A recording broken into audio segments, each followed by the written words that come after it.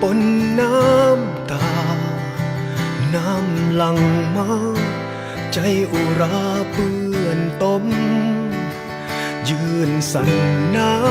วกลางสายลมห่มเสื้อผ้าสุดเดียวที่เหลือคาคีอัตตะปื้อปึ้ง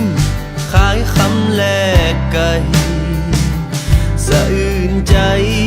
สองแก้มอาบด้วยน้ำตาทุกหนักหนาโอ้ยสะเทือนใจเข้มแข็งไว้ขอใจเจ้าอย่าอ่อนแอรอท่าก่อนเด้อใจปื้นตมจะไปกอดเจ้าล้างใจให้หายระทมอย่าทิ้งกันเด้อพี่น้องลาให้หอมกันเข้าบอกว่าเจ้าจะอยู่ใสอย่าทิ้งกันเด้ออย่าลืมไหลสามัคคีกันไว้ส่งพลังความห่วงใยโอบกอดหัวใจเปื้อนตม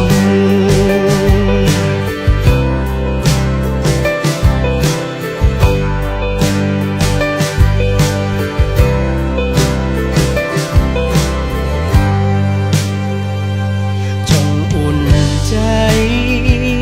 และเสื่อใจบ่มีภัยปะทิ่มให้เจ้าเดียวได้จะเห็นโอ้ยมวลน้ำใจลิ้นหลั่งไปล้างใจเจ้าให้เบิกบานโลท่าก่อนเด้อ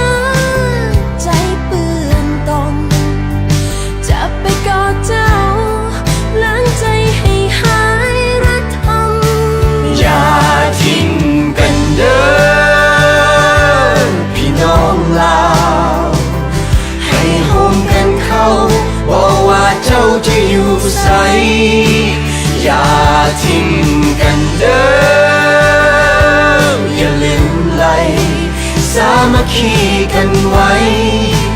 ส่งพลังความห่วงใยโอบกอดหัวใจเปื้อนตมอย่าโทษภัยหรือเปล่าว่าเป็นสาเหตุ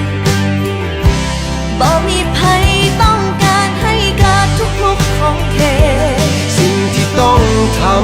ำตอนนี้คือช่วยผู้ประสบภัย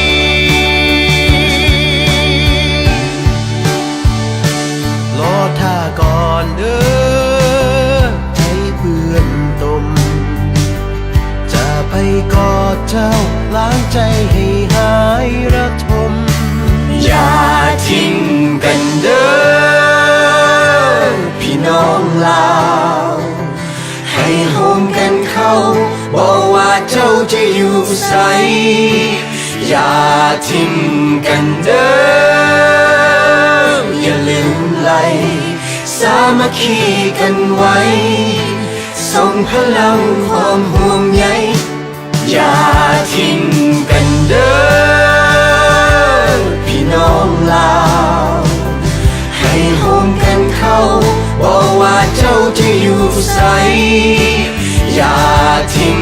กันเด้ออย่าลืมไหลสามัคคีกันไว้ส่งพลังความห่วงใยโอบกอดหัวใจเปื้อนตม